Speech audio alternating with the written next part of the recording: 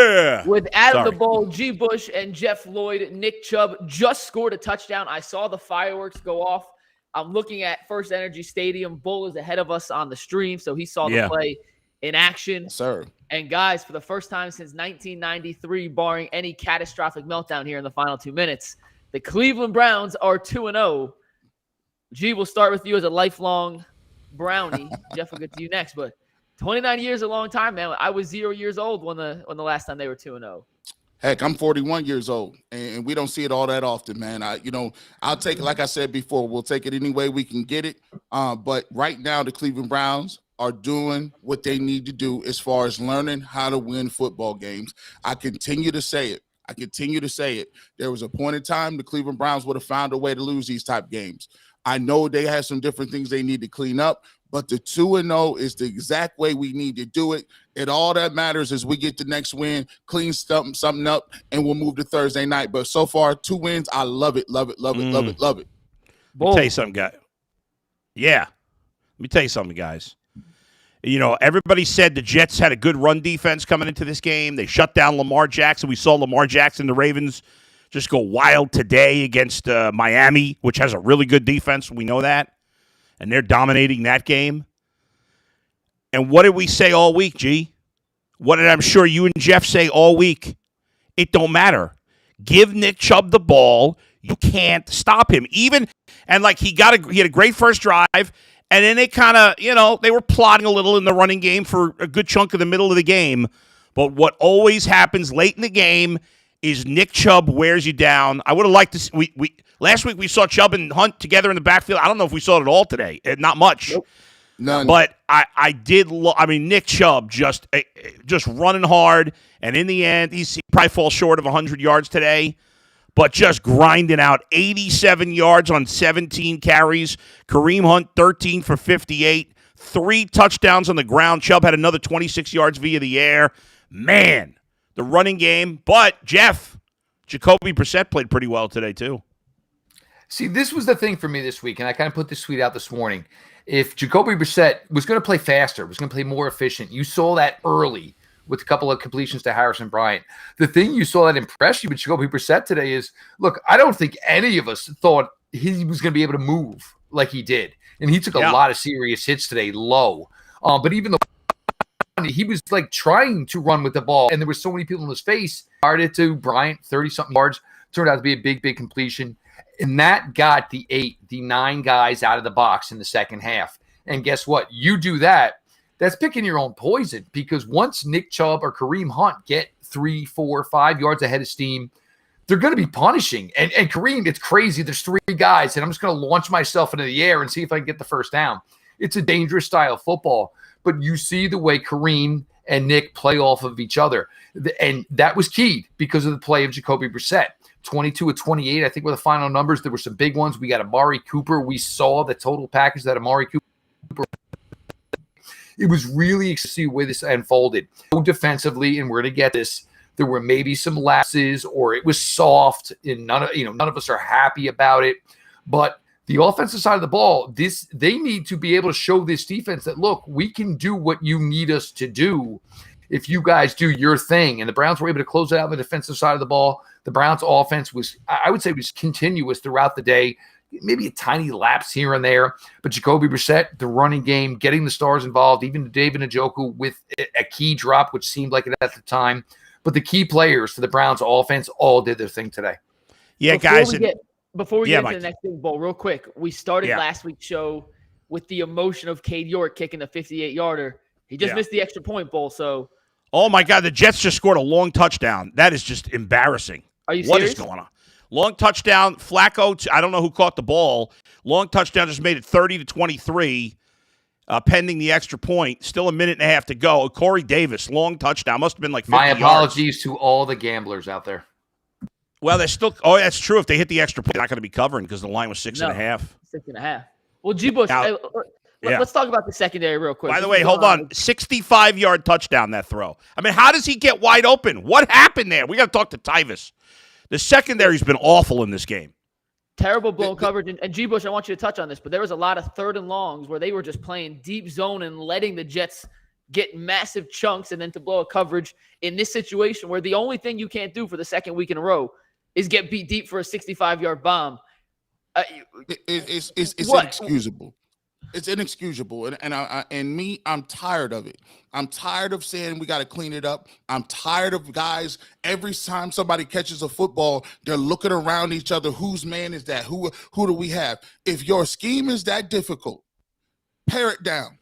If they're doing mental gymnastics and it's slowing your players down back there, run basic coverage. I don't understand why Joe Woods consistently makes it more difficult than he needs to. You have corners that can play press coverage. You have corners that can tag and run with receivers.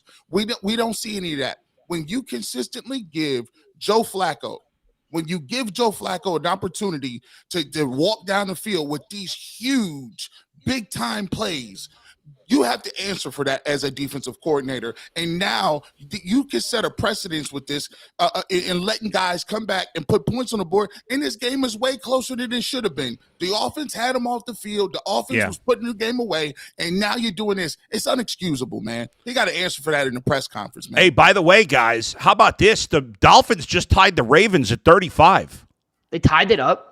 The Ravens were up 35-14, I believe, at the start of the fourth quarter, and the Dolphins just scored a touchdown to tie that game at 35 apiece. So I just saw the replay. It looks like Delpit. Ward was the primary guy covering Corey Davis, and he either thought he had safety help over the top, and Delpit just was nowhere to be found. It seems pretty similar. It wasn't an out route like we saw last week with Robbie Anderson. Yeah. It seems that second week in a row, Delpit was the guy who, as Tyvis broke down for us on Wednesday, that should have been over the top on the Robbie Anderson touchdown. He was the safety on that side of the field right there for Corey Davis. Delpit made the interception last week on Baker, but guys, that unacceptable is the word, G. And Jeff, as from a receiver, you kind of understand the mindset of situation, time down, and what goes into that. So please give me some here, because it wasn't on the DB, or it wasn't on the corner. It seemed like the safety was nowhere to be found. Well, this is what we kind of talked about last week. There comes a time where you got to shut it down a little bit and play more conservative on the defense side of the ball. Guys, Jeff, stand by. Onside kick. The ball's loose. I think the Jets might have it. Wait a second. They haven't signaled yet. That was terrible coverage. I think the Jets have the ball. They're unpiling. The Jets have the ball. Oh, my God. Are you kidding me? Second week in a row. Are you kidding me, Browns? What is going on here? They got their heads up their ass, fellas. If they let this game get away, well, you guys got to see this onside kick. It wasn't even anything special. What are the Browns doing here? Amari Cooper, get the ball. Unreal. Or whoever that was. I think it was Amari Cooper. What is happening here? That was embarrassing. We'll see how this plays out, but Can somebody set the scene? What's the score? All right, here we go. It's 30-24. There's a minute 20 left. Plenty of time. Jets have no timeouts. They have first and 10 at their own 48. 47-48. Complete pass. Oh, they dropped the ball. Jets dropped the ball. Browns got a break there. And we've been talking about it, guys. And now it could come back to haunt them again. Last week, they had the Panthers done and buried. This week, even more. I mean, this week, you're up 2 touchdowns with less than 2 minutes to go, and they got no timeouts. And now they got the ball. Now they need to score a touchdown, not a field goal. But my gosh. All right, 2nd and 10. Flacco complete, and he got a first down. Cooper tried to smack it out of bounds instead of. What was Cooper doing? He tried to smack it out of bounds. Cooper's had a great game. Yeah, I mean, none of the what kind of they knew there was an onside kick coming. It wasn't like one of these situations where you didn't know. You knew 100% certainty they were onside kicking, and they somehow let it. They're at the 41. They're at the Browns 41. There's a minute 10 to go. I mean, they better stop him here. Somebody make a play, because the defense and they just jumped off sides, I think. Unless they were drawn, I don't know. You're a good 30 seconds ahead of the rest of us. Yeah, Bull, what kind of stream do you have? I got the inside scoop, man. Bull got like offsides on the Browns, 1st and 5 now, and it's still a minute 10 to go. You know what? I mean, I'm looking at FirstEnergy Stadium, right? I can see the jumbotron from here. Boy, I think you're ahead of real life. I might be. That would make sense. Hey, listen, I am really angry right I'm now. I'm gonna say it right now. Hey, Myles Garrett, if you want to make a play, please go ahead and do it. Let's go. Because- they're at because- the, Get this because record right now- about here, right? guys at the it's a good time 36. to They're do at the this. Browns' 36-yard line. Still a minute 10 to go. 1st and 5. Flacco again, all kinds of time. Complete pass and close to the first down at the 31. They might have gone out just. I mean, this is understand what you're saying here. Yeah. You let a Joe Flacco, who's 40 years old, sit in the pocket time after time after time after time and get all day. This is Terrible. And that was the game plan you came up with. Yeah. This is what we It's came up with. terrible. 2nd and 1 at the 32. Flacco again keeps throwing to the backs. First down out of bounds. It's still a minute to go. And they got plenty of time. They're at the 28. Come on, Browns. They better not blow this game. This is the third. These guys are wide open. The pass rush is nowhere to be found. They are. Flacco's a statue. He As can't G move. just said, But Flacco's been open and he's made the throws. The coverage in the secondary, as G was talking about before, has been awful. Flacco dropping back again all day. Again, throws to somebody out of the backfield. I think it was incomplete. Yeah. You can't. All right. This He is dropped the ball. incompetence. It's incompetence. If you can't cover a running back out of the backfield, that's day one JV football. You just got your helmets and pads. But just you're not going got to play that aggressive here. You're not. The only But- goal here is to make sure somebody doesn't cross the goal line. But So Jeff, if you're there's a gonna lot of. jump I on a mean, Michael. I know, but if you're going to jump on Yeah. Michael here, you're going to give up a guess. You're going to give him Elijah Sure. Moore. So if they're going to take this down, we know how this works. They're going. The Yeah. Browns' plan is let's get it inside the 10, and we'll play it pressure. from there. He completed it down to the 15. well, For check- another Jet first down to the 15. That was to one of the wide receivers. And they had a little pressure that time, but not quick enough. the I'll check tell you, down- give Flacco credit. He's playing a hell of a game. He is, but what I said earlier. 38 Don't let- seconds, guys. Don't let somebody get comfortable. Flacco drops back. He throws it near side. It is almost intercepted, incomplete. Oh, man. I couldn't tell. It might have been Denzel Ward. Dove Make a after. play. No, it wasn't Ward. I'm not even suggesting play. bringing. It was Emerson. I just want to see this pass rush from the front four. I mean, I know Clowney's not out there, but you still have Myles Garrett goes to rookie left tackle. And I mean, pay you Myles can Garrett. slide over there. You can slide over. You got Chase Winovich.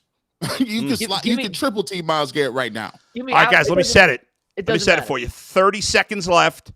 The Jets have it 2nd and 10 at the Browns 15. Remember, they're down only 6. Flacco takes the snap, drops back, has all day. Now he's under pressure, rolls out right, and throws it incomplete. He was about to get sacked. He got rid of it. So it's 3rd and 10. Myles Garrett almost had him. He had him by the waist. He made a good play there. He didn't sack him, but he forced him to rush the throw. 3rd and 10, It's all about 25 who's seconds gassed left. and who's not? Who's gassed? Who's not? Oh, man. Who's got the extra? You can't lose this Who game, want to make man. a play? And Who by wanna the get way, their name in guys, the paper? Carolina Panthers just lost. JJ. Panthers, Baker 0-2. He was awful today. Completed less than 50% of his passes. What was the final in that game, Bull? 19-16 Giants. All right, 3rd and 10. Flacco drops back, throws it up the middle. Caught, touchdown. Oh, my God. Stop it. Oh, my God. Stop it. Touchdown Jets with 22 seconds left. Oh, Stop. And this is over. Stop it. Garrett Wilson. Oh. Are you Yeah. Bull, you're not kidding. Of course I'm not kidding when I joke about that. You can be sick sometimes. Oh, my God. Nobody was even near him. Oh, my God. I'm going to be sick.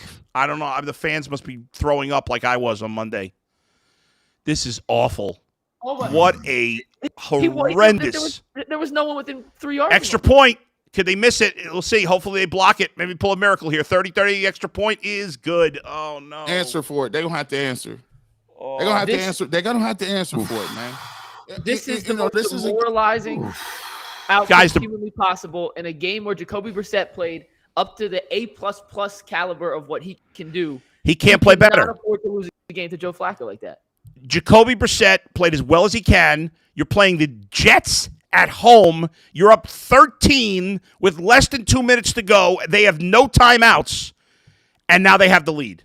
This is as bad a regular season loss as you can have. Now, Listen, you man. never know. 22 seconds left. They only need a field goal, remember? Are we going to put this in Cade York's lap again? Seriously? Well, right now he's the culprit. He missed that extra point. Honestly, True. Maybe you get lucky, the Jets kick it out of bounds, and then you make one throw and try a 60-something yard field goal. I don't know.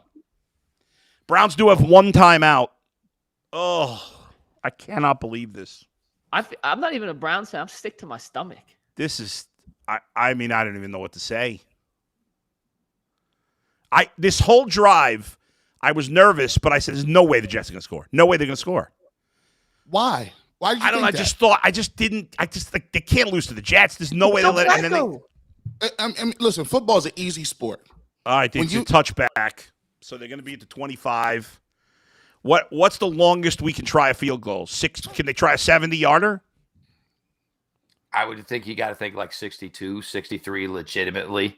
So you got to get to at least 45-yard line. The 45-yard line. So they got to go 7 to 8. So I'll say if they get to the 50, you could try a 67-yarder. That's crazy, but you could try it. I mean, they got to go at least 25, 30 yards here to have a chance to kick a field goal, and they have 22 seconds and one timeout. Oof. This is... Oh, I can't believe this. All right. Oof. Jacoby takes the snap, has time, steps up in the pocket, throw it. What are you doing, Jacoby? He's running. He's to the 30, 35, 40, 45, 46. He ran out of bounds at his own 46. Ooh, well, things just got interesting. How much time? How many timeouts? 12 seconds left. They have one timeout, and he ran out of bounds, so he didn't have to use the timeout. That was Brissett on a scramble. Interesting. Brissett on a scramble for looks on like an 21 old man yards. Jog. It's Jacoby Brissett. Let's be honest. They're officially spotting it. It's at the Browns 45. 12 seconds. It's at the 40. Browns own 46. Get 10. 13. They put a second back on the clock. 13 seconds. Come on, Jacoby. Get 10 yards. He drops back, has time, steps up, throws, intercepted. Oh, my God. Are you kidding me? Oh, no. Oh. My gosh. I know you're not kidding because Steve Becker just texted us and said, oh God, sick. No. First things first, no. Who suggested if it's a blowout? I'm not. There's no such thing as jinxes. There's no. One of you guys. If there are jinxes, one of you guys said first time they're going to be 2-0. Yep, we did. Oh first time my be 2-0. God! Started the stream. Yep. That's how I started the stream. I'm sorry. Yep. Let me just. I can't believe they're going to lose this game. Here's what I'm going to say. Here's what I'm going to say. Cleveland Browns organization. What a disgrace. We've talked about Baker Mayfield. We've talked about Odell Beckham Jr. We've talked about Deshaun Watson. It's officially over. We've talked about all these people. It is now time to point your direction, and we're going to look at your head coach. Because I'm tired of wasting a whole doggone offseason. We wasted a whole damn offseason talking about Deshaun Watson and talk about Baker Mayfield, and he should have had people ready to play. Point one, if you come out again next year and you ain't got nobody prepared to play, stop having Gatorade on the sidelines trying to keep people healthy. It don't matter if you're healthy, if you can't execute, and your coaches need to work. You need to learn your circumstances in which you calling plays. You got secondary guys over there that don't know what they're doing in them back seven. You're paying guys $100 million, and you take every single preseason off. I'm tired of Camp Cupcake. You need to get out of here, and I want to see exactly what you got to say with that monotone voice, because 13 seconds is unacceptable. No team loses that game. Pop Warner people don't lose that game. And you don't – did you go up and tell them on the hands team? Guys, you know what the circumstances are. If the ball hits, catch the ball. It's just unacceptable, and we done talked about all these players. It's time to get on these two head coaches because they got a bunch of talent on this team, and they keep skating. They've been skating at the end of every game for 3 damn years, and I'm tired of it. For me, the problem here is I'm going to look at special teams, and obviously you're going to look at the defensive side of the ball. Could the offense have played better? I mean, I don't think – for us, I think this is the realistic expectation. I don't think we could think Jacoby Brissett could play any better. Amari Cooper could play any better. You miss an extra point. You can't get Obviously, a onside kick, and somehow it's Amari Cooper of all people. And then the defense, look, Joe Flacco, 4 touchdowns, 300 yards. Are you kidding me? Look, I will see, and I came into this entire week. Wilson, Elijah Moore, these guys are solid players. But it's still Joe Flacco. I mean, this is unacceptable. Nothing's going to change. And I see the comments. You guys you're calling for people's heads. That's not going to happen. Look, I get it. But no, this was, I mean, to lack of a better term, this was piss poor. And guys, I mean, Cade York's got to take some blame too for that missed extra point. We didn't even talk about it. Honestly, I didn't even realize he missed the extra point because we came on as they scored that touchdown. I didn't even see the extra point somehow. And otherwise, the game at least is going into overtime. I mean, so did you guys see the extra point? Somehow I missed it, the missed extra point. I did not see it live. Was it a bad snap or something? I mean, you just blew a 13-point lead that should have been 14 with 1:55 to go against one of the worst teams in football with a 40-year-old quarterback. And again, they had 0 timeouts. 0. And the offense, I can't ask the offense to do any more than that. Nope, not at all. This is all about G is right. The coaching staff has to get crushed. Not only Stefanski, G, and I know you mentioned it, Joe Woods. I mean, give me a break, Joe. You have to give me a break. You have to. If Joe Flacco's going to sit back there and have all day, oh my and God, he's throwing to rookies and backs out of the backfield, and here's my thing.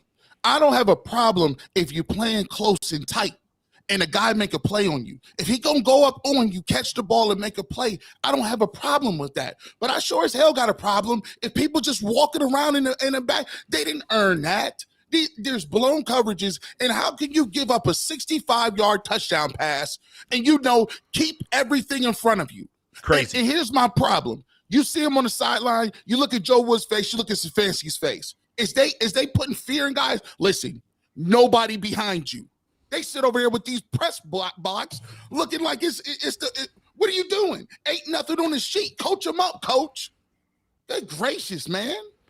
G, you brought up a good point. Mikey, G brought up a great point because we were so locked into that last drive and then the Browns throwing the pick by Jacoby at the end of the game that we didn't spend enough time on the fact that they gave up to start this comeback, that 65-yard touchdown pass that G just mentioned. How does that happen? Jeff, you just said on that last drive, don't worry about the dinks and dunks. You're right.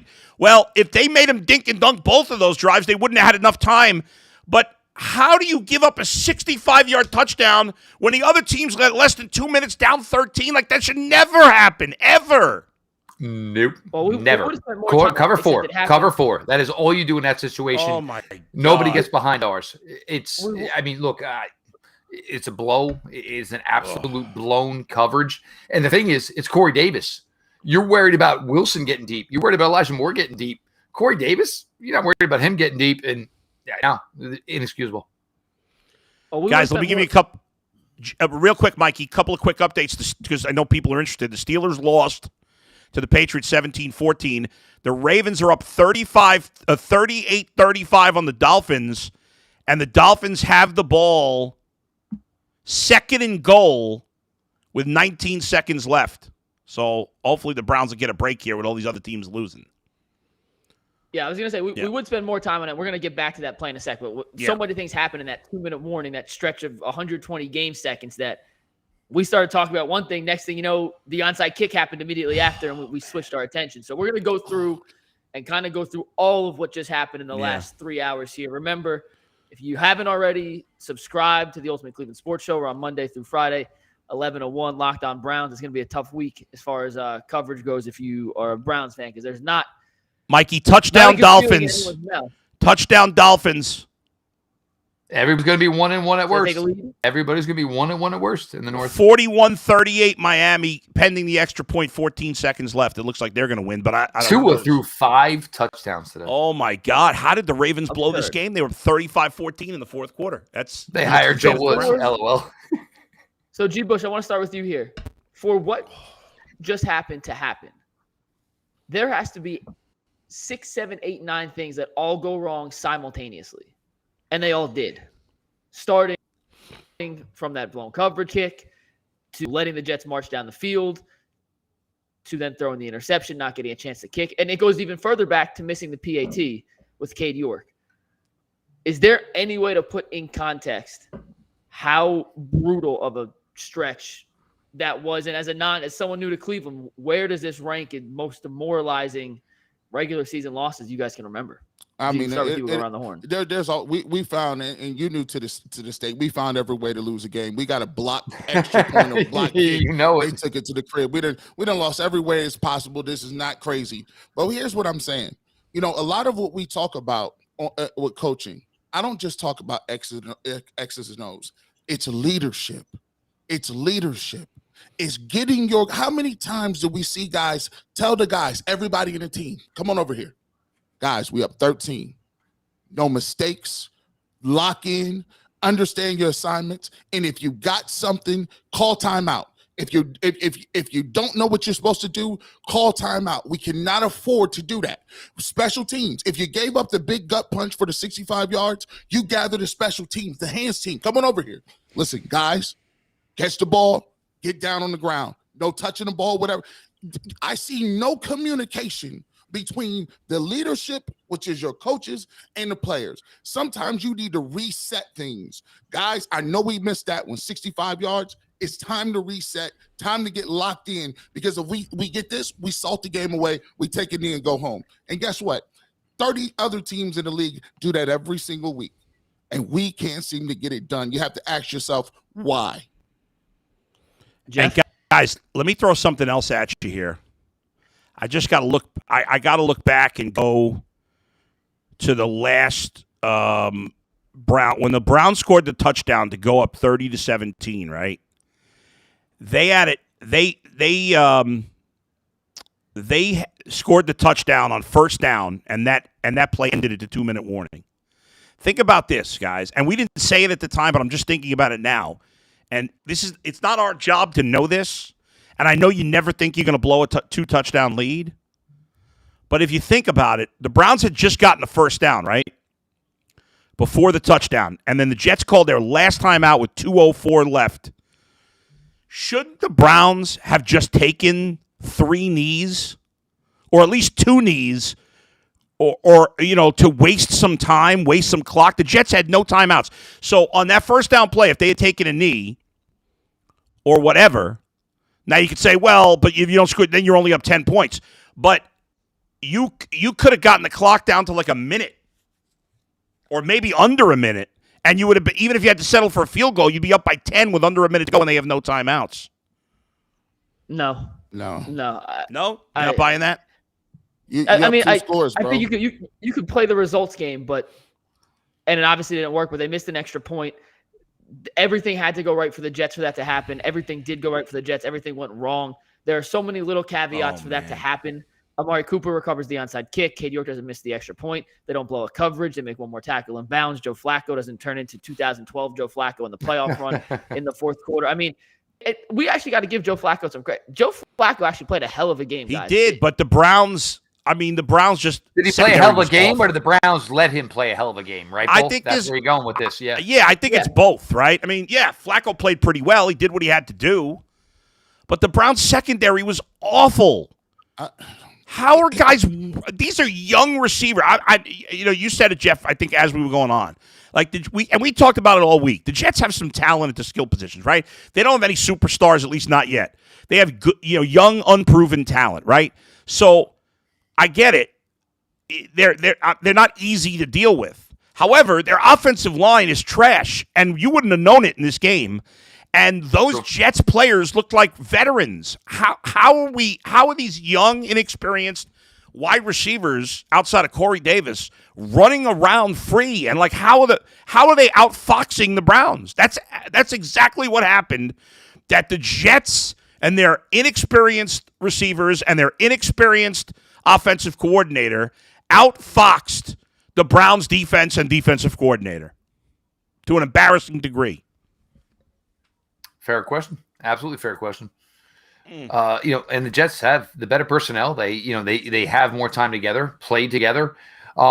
it was, look, I wish I could come up with something better. This is an excusable effort from this secondary, from this coverage unit.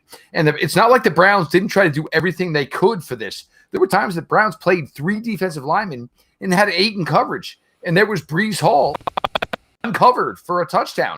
Look, I mean, it was talked about last week about the lack of communication. And we heard that there was an improvement. We're going to work on this, and I'll go back to G's point on this. If it's to the point where nobody knows who's anybody got, it's old school. I got him. Like, you ain't hiding nothing. Who cares? It's not like you're giving your opponent advantage. I got 82. I got 26. I got 34. And that's kind of what needed to be done in some of these situations today. The Browns I'm sorry, man. And I just want to, I go back to it. The Browns have not been challenged. They have not been challenged. There's a lot of guys we got on this team that have been given roster spots. Let me tell you why they've been given roster spots. Did they beat somebody out in camp? We got a bunch of DBs that take half the camp off with hamstrings. And then they come back and they're the 1s and 2s.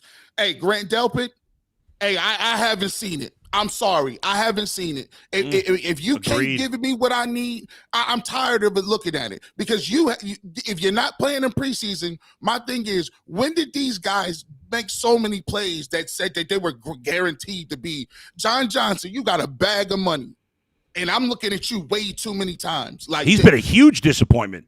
You're doing way too much. And if you got Denzel Ward and he's $100 million man, why ain't Denzel Ward locked up on their best receiver? If Garrett Wilson he's supposed to say, put me on Garrett Wilson. I guarantee he won't touch the ball again. It's too soft. It's camp cupcake. If the Kansas City Chiefs is playing their players, why the hell could the Cleveland Browns not pay theirs? I'm not going to say it's a preseason thing, but I do have two questions here, G, real quick. When we did our show and we were doing breakout candidates, you said Delpit could be the Browns version of Ed Reed. Are you just selling that stock? If that's over, you're done with that? Disappointed. He got to learn. I can't even speak on Ed Reed. I can't speak on Troy Polamalu. I need you to just learn your assignments. I need you to know who to cover. That's all I'm talking about. It's to that point. They need to go back to practice and they need to reevaluate who they have playing. Because if you can't get lined up and play without making mistakes, we are done. We can't do anything. Gee, let me ask you this. Bare minimum. And Jeff, you too. If we've been talking all offseason, Brown's got a great secondary, right? All these talented guys, right? Especially a corner. If they're so good, why are we not playing more man? That's exactly what I wanted to ask next. Why are we playing zone all the time? Especially against inexperienced receivers. Because you ever see somebody that's a chef and they come and they bring their menu with them and then they got their menu that they go and then they don't know that this is a different part of the country. Don't nobody eat that. Nobody wants clam chowder in LA. They want something else. He comes with his playbook and he's running what he's comfortable with. But you're not running what can dictate and playing to the strengths that you have in the secondary. Why would you not? When I know for a fact, when Revis was playing, when the rest of these corners is playing, they put him on whoever was the best receiver, and they followed him everywhere they went. If you can't get it done, you tell Denzel Ward, be ready to go, big dog, because if he catch 3-4 balls, we switching him out. MJ Emerson ain't going to be on Garrett Wilson. He caught that one touchdown. No, we right back over here. It's just not adapting. It just don't seem like they're adapting, and it's not quick enough, man. It's just not. Guys, fans are so angry in. Oh my God, the comments. Chat is comments. Oh my God, the comments. I started clicking. I don't blame them. They're moving too fast for me to click on, and I don't want to put one with curses in there. So yeah, we see your comments. They're literally moving too fast to get to click on the right one. So I apologize for not showcasing them. I put one on that had an F word in it, and I'm not supposed to do that because the one I tried clicking on got bumped up in it. So we see people are pissed. All I can say is Joe Woods better expect a for sale sign in the front of his house when he gets home, because that's what these comments are telling me. And listen, it's I get it. The Ravens lost, the Steelers lost.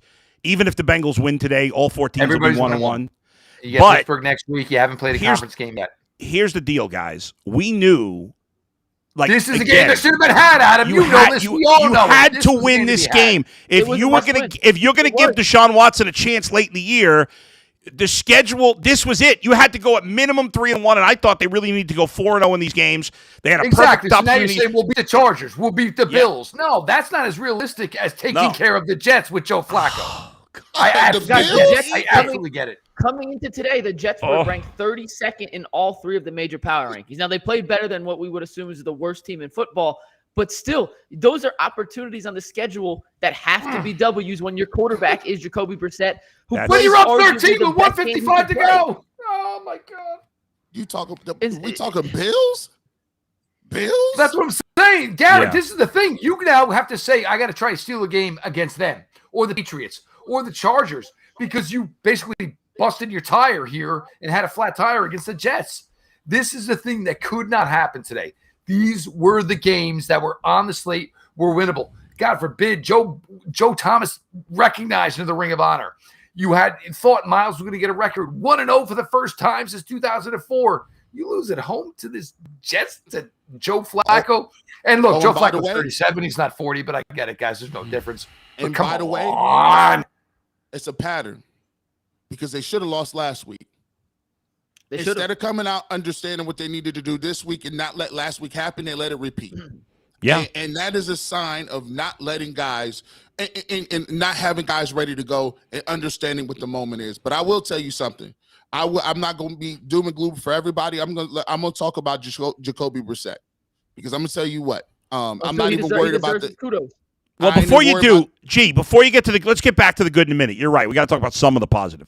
But let me just follow up on what you said that we've seen this before. Like, didn't it feel like once the Browns scored that, when the Browns scored that touchdown with 2 minutes to go, we all thought the game was over. Even with the Browns' history, we all thought the game was over. We were talking as if they were 2-0.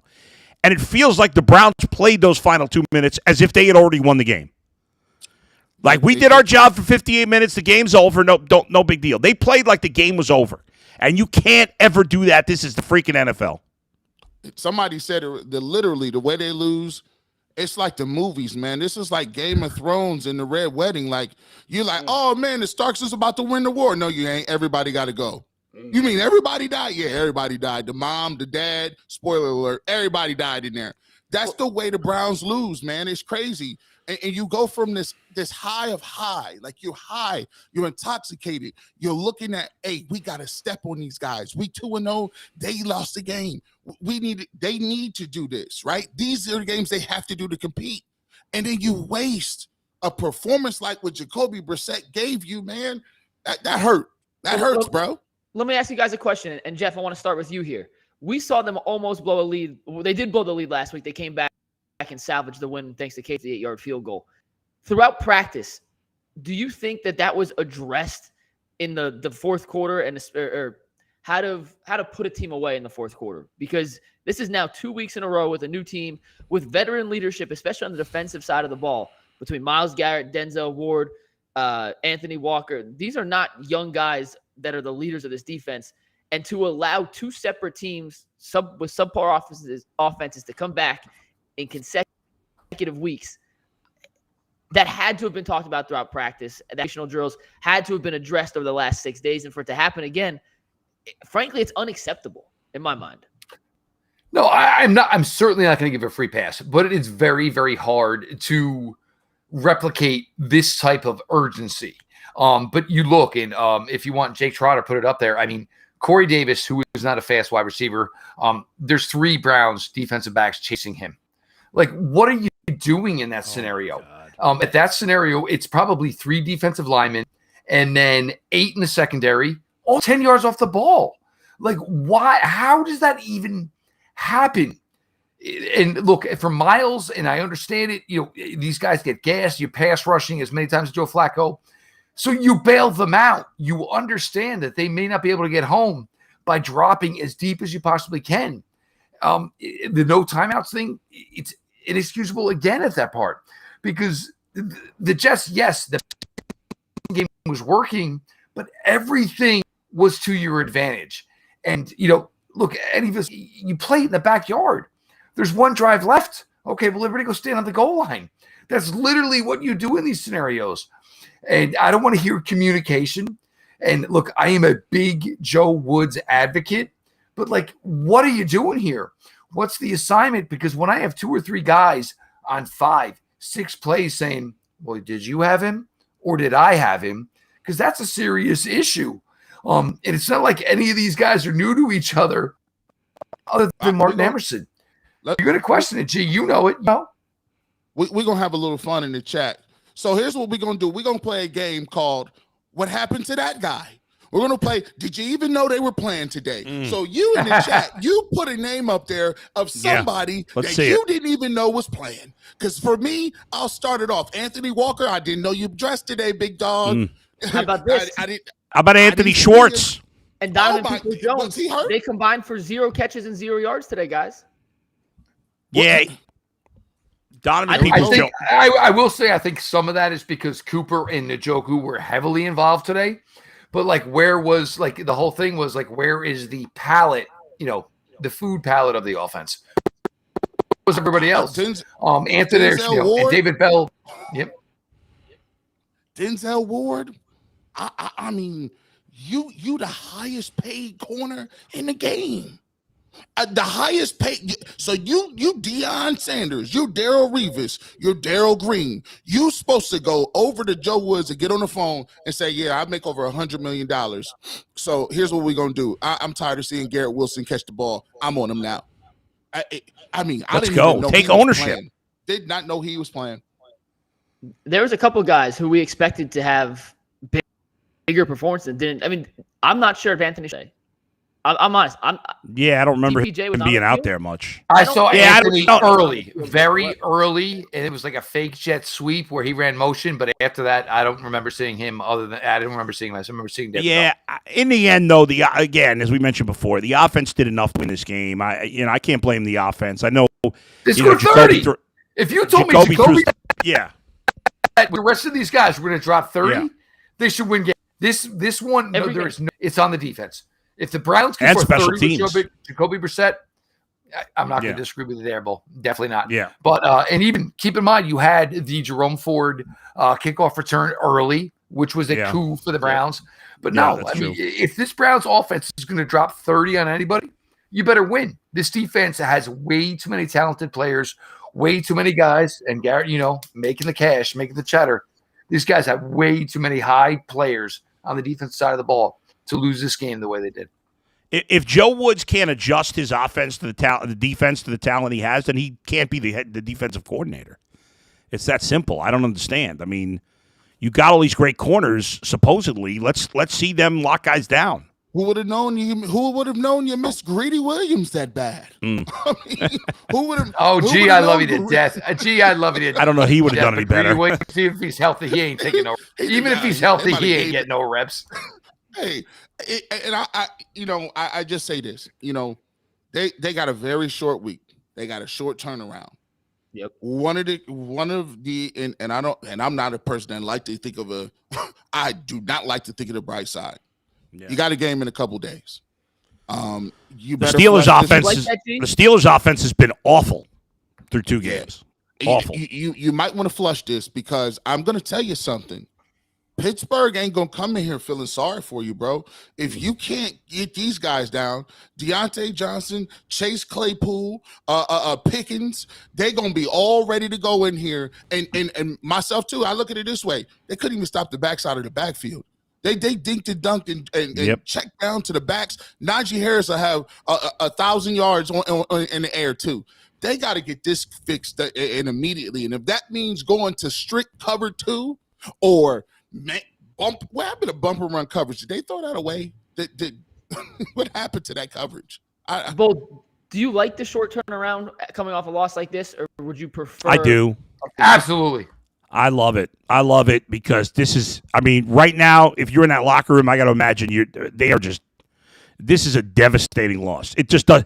It can't get worse in the regular season than this. Unless for, this early in the regular season, it's not like the loss of officially knocked you out of the playoffs or something. You can't get a worse September loss than this. You're playing a team that we all assume is going to be bad with an old quarterback, and you can't. I want them to get back on the field as soon as they can. That's how I see it, guys. I want to get back on the field because it's Mitch Trubisky. This is another advantageous situation for the Browns. Look, Baker Mayfield was not ingratiated to the Carolina Panthers offense yet in week 1. Joe Flacco, look, this one came back to bite you in the ass. Obviously, there's no way around it. But would you rather Mitch Trubisky or Kenny Pickett? They're not going to start Kenny Pickett on a short week. They're going to keep going with Mitch Trubisky. 21 of 32 for 150 yards. Look, get back on the field. There is no TJ Watt. You're most likely going to start James Hudson again. And can we just say one thing? Is anybody talking about the fact that Jack Conklin is not playing for this team right now?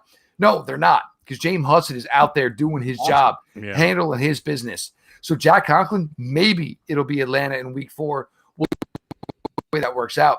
But you want it to come quick. You want this game to be Thursday. And you want to get out there. And look, Mr. Trubisky, yes, the mobility is there, certainly more than Joe Flacco or Baker Mayfield. But look, get the coverage right. And it's not even about Joe Woods. It's not even about coaching. The secondary needs to get together and say, yo, guys, what the hell's the deal? Because we ain't vibing. I ain't vibing. We're not picking things up.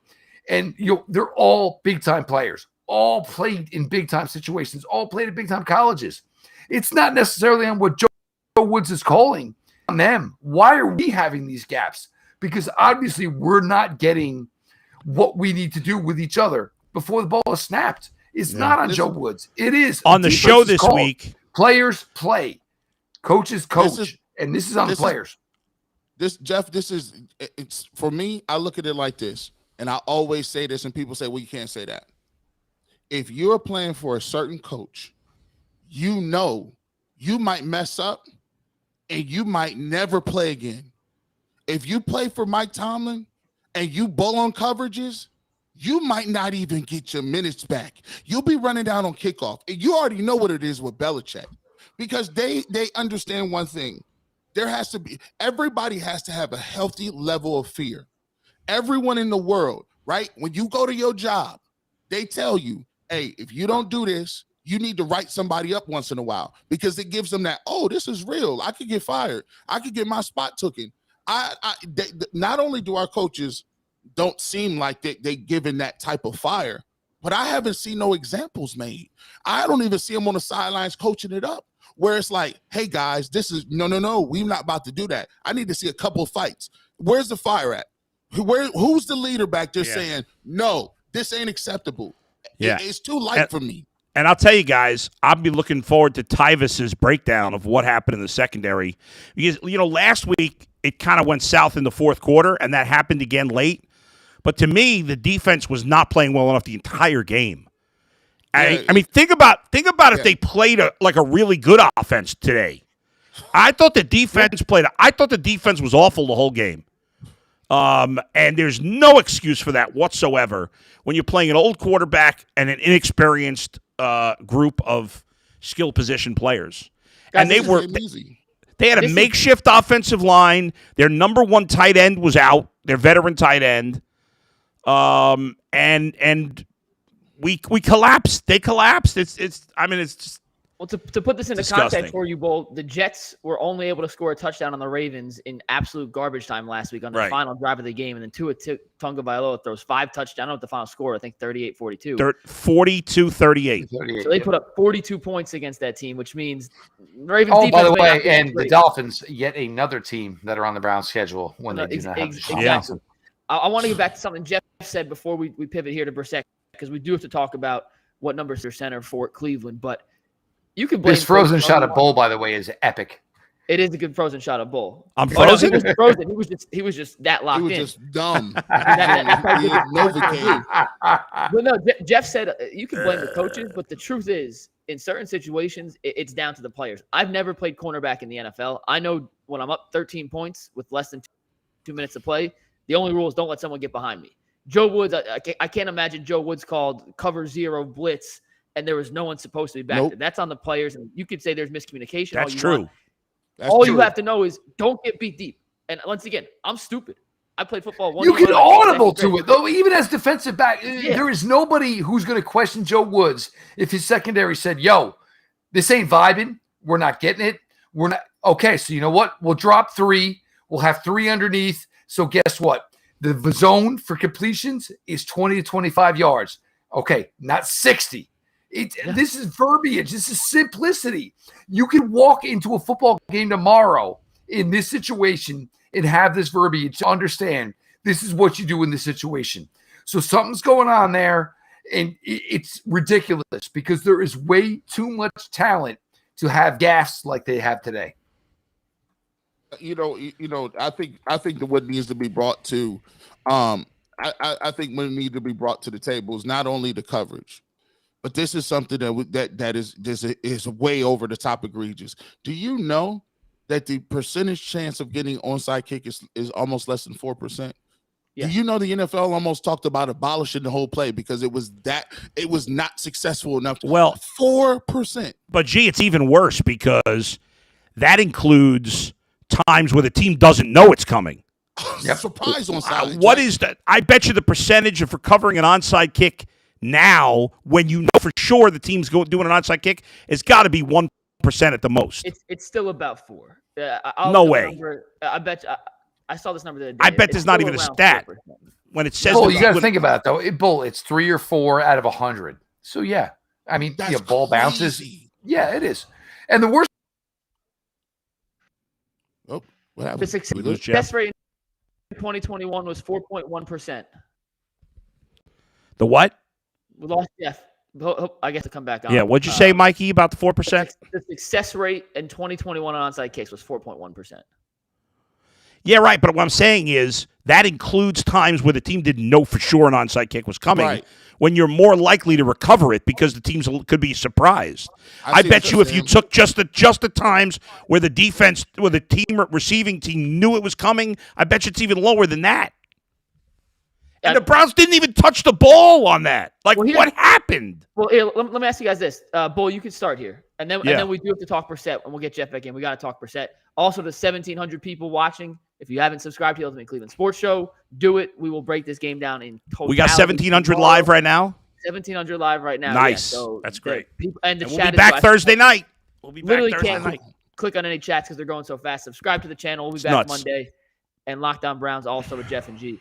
So, real quick, before we go to Brissett, in that finale stretch, the number one person to blame or number one play that you could put your finger on and say, this is the reason the Browns are 1-1 and not 2-0 right now. Bull, you start. Yeah, I mean, you have to go to the 65-yard touchdown pass because that not only, obviously the onside kick and whatever, but without that play, even if the Jets score a touchdown on that drive and they grind down the field, there's not going to be enough time for them to score a second touchdown. But to put them right back in the game and give them that opportunity to get the onside kick in just a one play like that is inexcusable.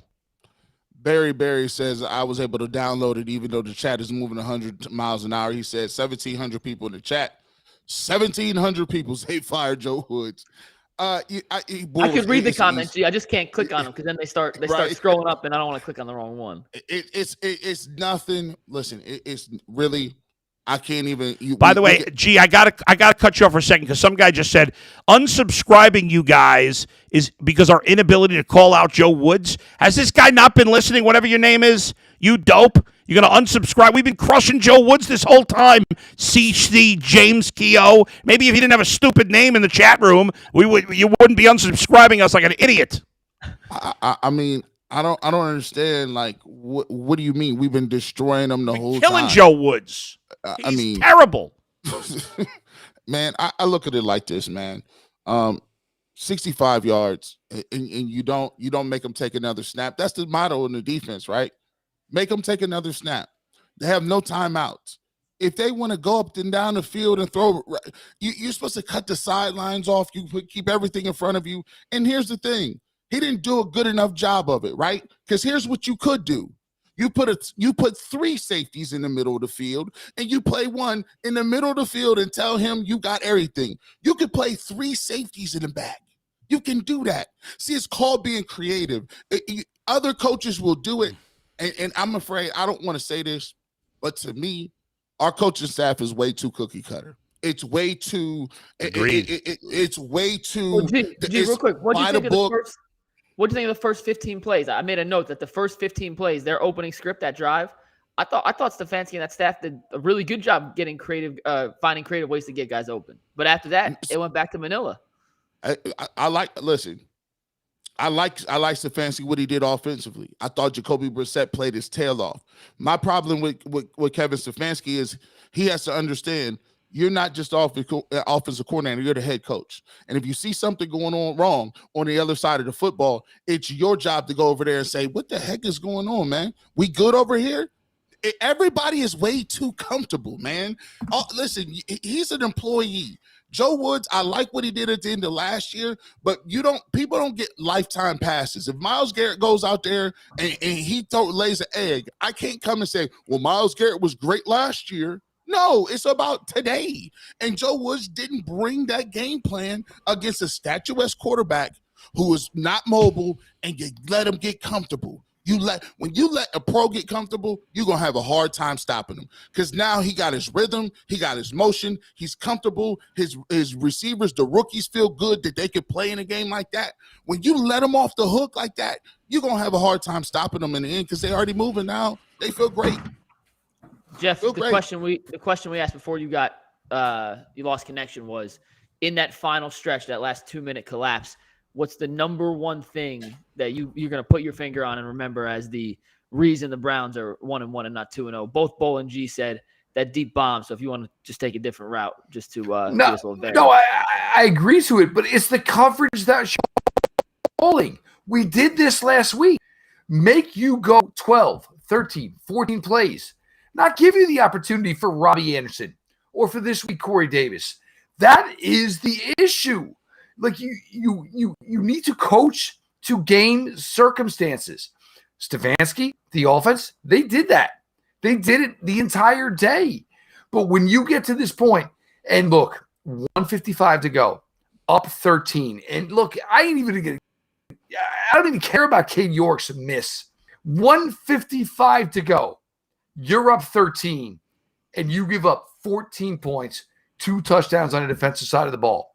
I don't even care about the fact that Amari Cooper didn't get the extra. That first drive for that touchdown for the Jets should have taken the entirety of what was remaining on that clock. Yep. Not the fact that you got a second shot to go back and get the game back. Look, whether it's the players themselves in communication, whether it's the play calling from Joe Woods, we're talking about a first-round pick at corner, another first-round pick at corner, a third-round pick at corner, John Johnson, a huge, huge signing in free agency, Grant Delpit, a second-round pick. It's absolutely inexcusable that with 1:55 to go, with no timeouts, the Jets went down the field twice and scored touchdowns through the air. So what is the issue? Is it play calling? Is Joe calling what is not best for the secondary? Is this secondary not communicating like the way they should? Look, 100, all of it inexcusable, because you cannot, and this is another one, put on the pile of Browns losses that just make you want to, this is another one, because how, in that scenario, do you come out on the wrong end of this game? Bull, on Friday, you said there was no excuse to lose this game. None. He's absolutely right. There was no excuse to lose this game. You cannot. It's home game against a bad team, and then on top of that, you're at a 13-point lead under 2 minutes to go. There is no excuse. And, I don't know, guys. I think the Browns have to look at themselves in the mirror, both as players and coaches, and maybe, I've rolled my eyes when people have said, well, maybe Kevin Stefanski should give up the play calling. But, maybe part of the reason the defense is falling apart late in the game is because Kevin Stefanski is not focused on the right things when the defense has the ball. Maybe he's thinking about the offense too much. The head coach has to be the caretaker. Belichick doesn't call plays. Tomlin doesn't call plays. Neither does Harbaugh. And these are the best coach. Andy Reid does. I mean, he does. Yeah. But Andy Reid's an offensive coach. Harbaugh has a special teams background. Yeah. The other two come from a defense coordinator background. But look, there's nothing wrong with saying, Joe Woods, hey, look, I understand the pass rushers are gassed. Send JOK up the middle, a zero blitz. Like, do something, because they never do that. They can't move. That is where your point is true, Bull. That is where your point is true. How about some creativity here? Because whatever we've been doing to this point, it's not working. Jeff, I'm gonna give you this. I'm gonna be honest with you, man. Maybe Joe Woods has a lot to do with it, but for me, until further notice, they're not that good. They are that good. They are that good. There's an issue here. There's a significant issue here between coaching and what is being done on the field. There's an issue there. But you can't give a pass to the players. The players don't get a pass, Jeff. I am not giving a pass to the players. But keep in mind, in 2020, when it was Denzel Ward and nobody, Andrew Sendejo, a whole bunch of bums, there's an issue between what is being called as opposed to what is the strength of the talent you have. Because this is inexcusable. It's embarrassingly bad.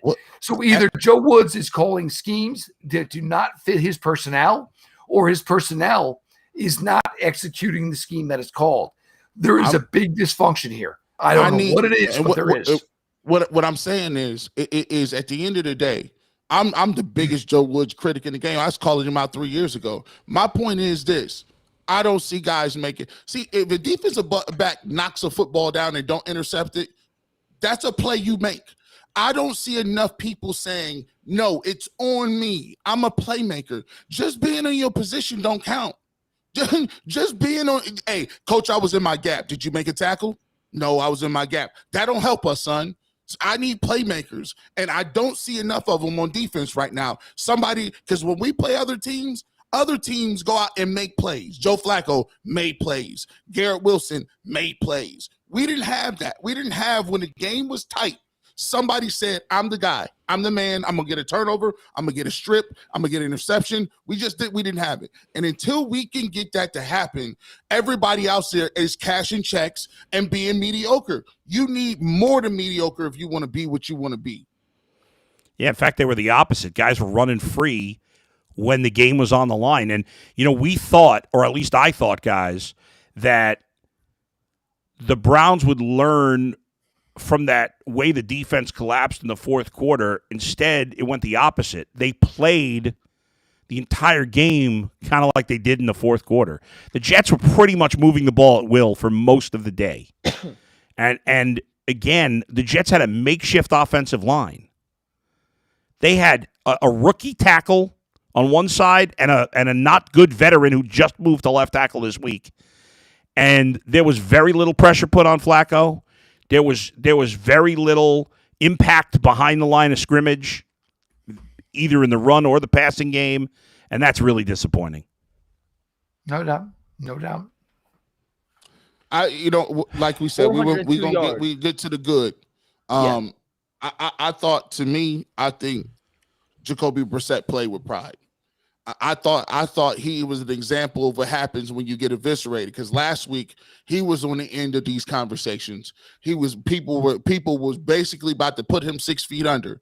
And today he came out with a sense of urgency. He threw the football with accuracy. He ran the ball, made plays with his legs. All the footballs he threw were on target. And I thought he showed that fire and leadership that we see why the Browns said when Deshaun Watson ain't here, Jacoby Brissett's our guy. And I thought he took pride as a man and said that's why he was emotional last week, because he knew he could have been on the opposite end of one of these type games where his team lost and they had a good enough opportunity to win. I'll congratulate Jacoby Brissett, because that performance, he didn't look like no backup today. He was putting the ball on the money and he was dealing and he let it go and ripped. And I thought this was a great turning point for the team with that type of performance moving forward.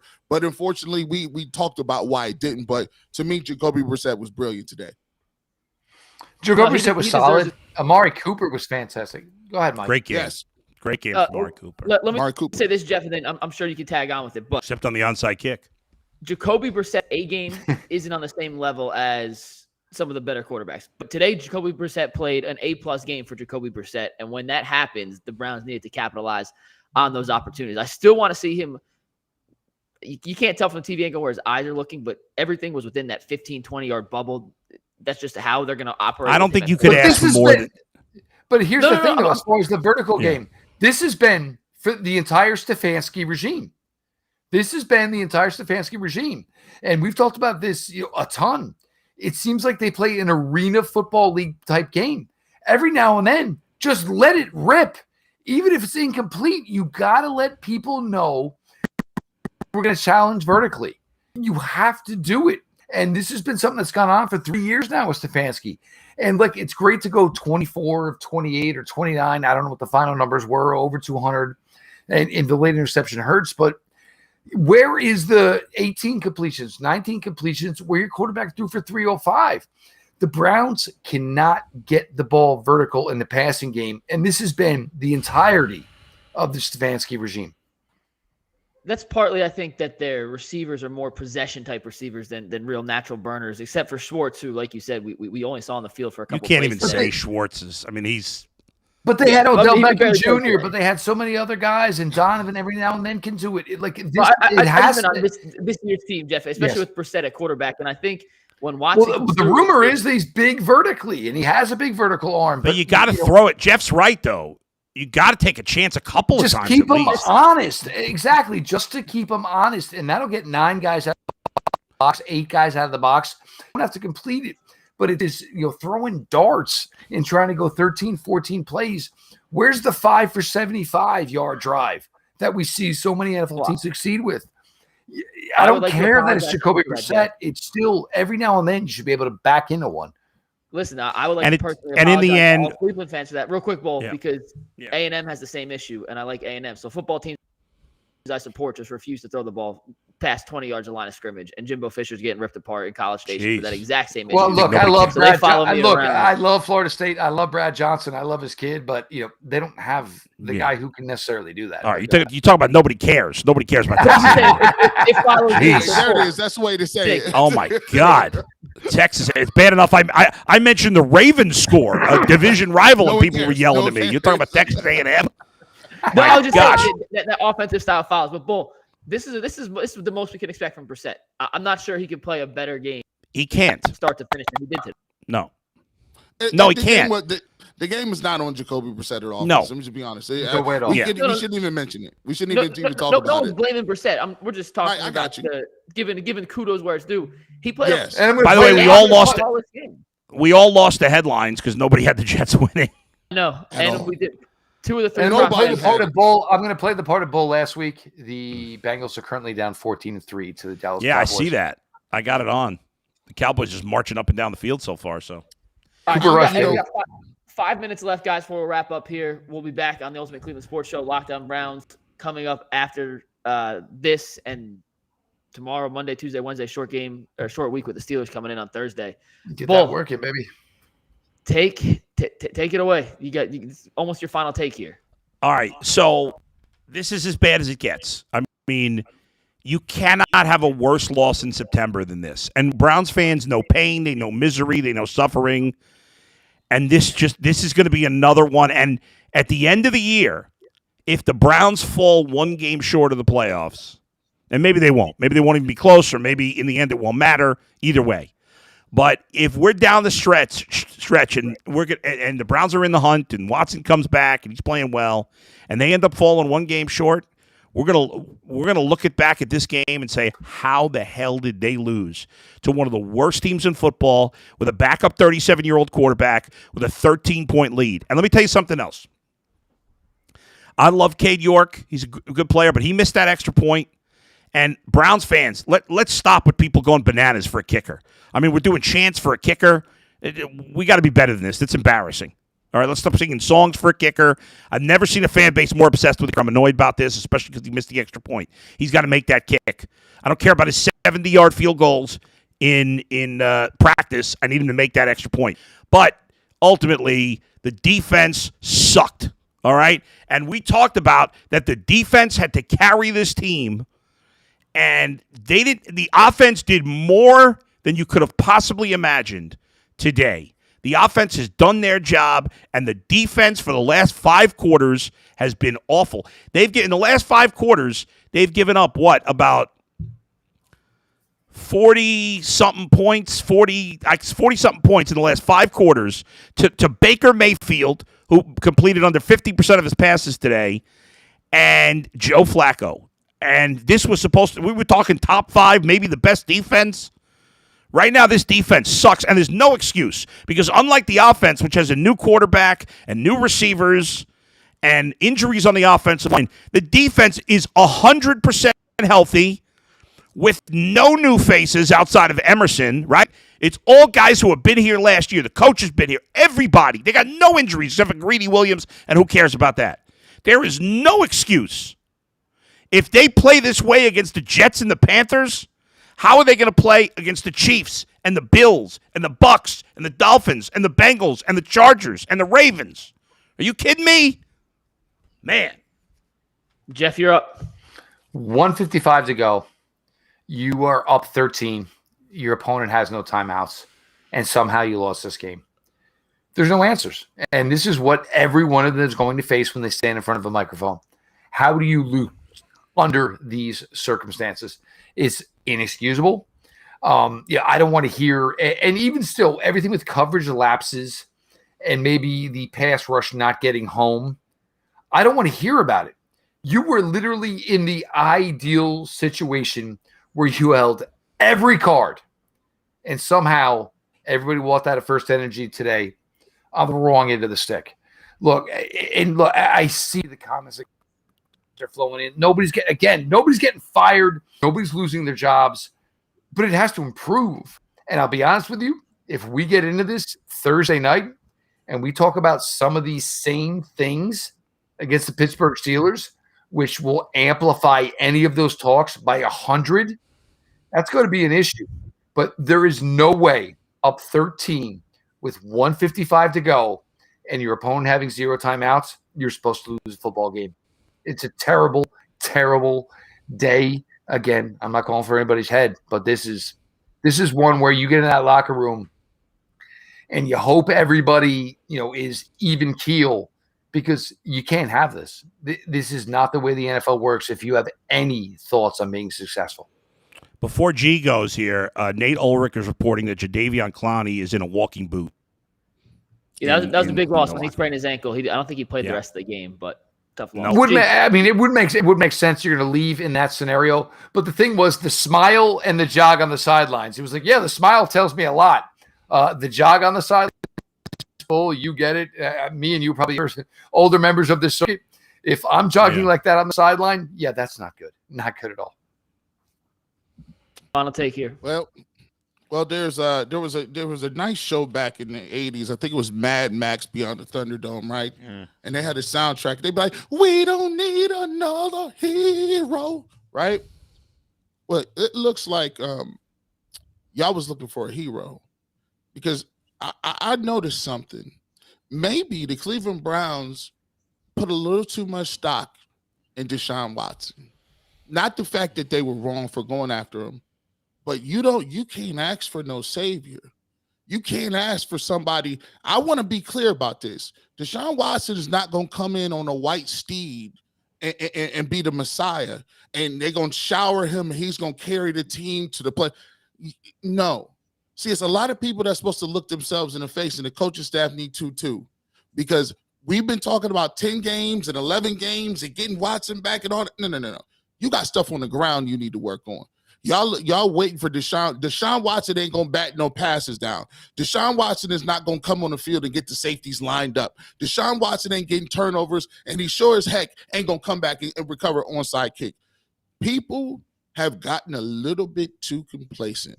I don't see the fire, and sometimes it's going to take losses like this to get you back on the page and understand where you at. Because I'm going to be honest with you, the clock is ticking.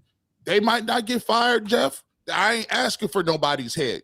But when I start stacking these numbers up, you find a way to keep losing to the Chiefs. What's the difference between this and fourth and 14 to Chad Henne? You let Chase McSorley come in while Lamar Jackson was out doing what he was doing. And by the way, you guys have both said we're not calling for anybody's head, and I agree with you. It's too early in the season.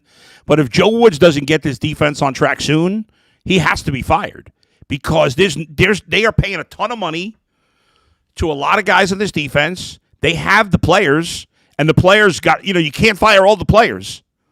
So if he can't turn it around, if we're going to keep playing zone when we have corners that are capable of playing man, especially against unproven receivers, my God, there's no excuse. Again, I'm not saying fire Joe Woods yet, but he was terrible. He's done a terrible job so far this year when there's a lot on him, and he's not getting it done. And if we get to, a few more weeks and the defense still sucks, and he's got to be gone. The guys that are messing it up, if Joe Woods is calling the right defenses and guys aren't executing, they can't get lined up, then he should have them on the sidelines. Simple as that.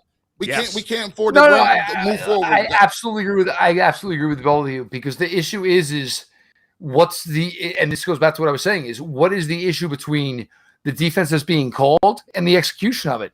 And look, what's always going to win? The mass is going to win over the one. And, it's very, very difficult when you give up, what was it? Almost 400 yards, 450 yards in the second half of both games combined over these last two games. That's an issue. It's a serious, serious issue. And it's a lot easier to, find a new defense coordinator than to find a new secondary. I'll keep mine. Somebody real quick, Mike, somebody said, don't worry, guys, they started off slow last year. Well, last year they played the Kansas City Chiefs in week 1, okay? Yeah. One of the best offensive teams in the league. Last year they had tons of new guys on the offense. This year, they've started with 2 of the worst offenses they're going to face all year and have no new faces, or only one new face, but a minor player. So no injuries, no new faces, bad teams. There is no excuse. I don't care. I know they started off badly last year. I think we all expected them to start off badly defensively last year. This year, we did not expect that. We expected them to dominate, and they did for 3 quarters last week, and since then, they've looked like crap. I'll keep it quick. I'm new to Cleveland. I do not know all the pain that Browns fans have suffered personally from a personal standpoint, but I do know this. Thursday night against Pittsburgh, your season's on the line right there. 100%. It is on the line, and that is anything you have in the bag, anything that you've been saving. Conklin, short week, don't care. If he's good to go, if Hudson's not been the issue, all cards on the table. You know what? I don't even care about Conklin at this point. The guy can't stay on the field. On the broadcast, Spiro Dita said, Wyatt Teller not near his normal guy. Not near his normal guy. I don't remember the last time Jack Conklin played. I'm just saying that game on and Thursday as Jeff said night, before, Hudson's played well. I don't care. Yeah. I'm just saying all cards on the table Thursday night. You cannot start the season 1-2 with this schedule and expect to have any chance at competing for a playoff spot when Deshaun Watson comes back. This is a must-win against a quarterback in Mitch Trubisky, who through 2 weeks has looked as putrid as any quarterback in the NFL. You take Jacoby Brissett 100 out of 100 times over Mitch Trubisky right now, and there's not many guys that left on the schedule you would say that for. Thursday night, all on the line at FirstEnergy Stadium right there. It is an absolute must-win for the Cleveland Browns.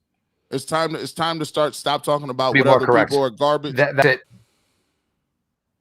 It's time to stop talking about who's garbage and who's terrible and whatever. We like this, man. All we need to do, we need to worry about what we need to worry about. I'm not saying the rest of the year, that team's terrible. The quarterback, no. You're going to have to come out and beat teams, because right now I'll clap it up for the Jets. And I see just a couple Jets people in here. Yeah. I commend any people that come in there, give Joe Flacco credit. He came in there and he balled. Give those dudes over there in locker room credit. They did what they had to do. And Breece Hall played well for them. Played well. Garrett Wilson played well for them. Corey Davis has been great for them the first 2 games. Their offensive line, which again on paper is garbage and was garbage last week, their offensive line did a great job. It held up. So, all right, guys. Tomorrow, 11 a.m., the Ultimate Cleveland Sports Show returns. G. Bush, Bull, myself will be there along with Jay. We got Tim Couch coming on. You can check out Jeff and G on the Locked On Browns podcast. We'll be ready to go. And subscribe to the channel if you haven't already. And we'll be here Thursday night. My podcast gets no love there. And the bullpen. You got to add the bullpen. Well, it don't just say end the bullpen. The bullpen. Yes. So Thursday night, we are back on the Restream. Short week, kids. Get your rest. Get ready to go. And look, yes, I totally agree. It's, if the flame of hope is to continue, it's got to continue Thursday night with a win over Pittsburgh. Have to win.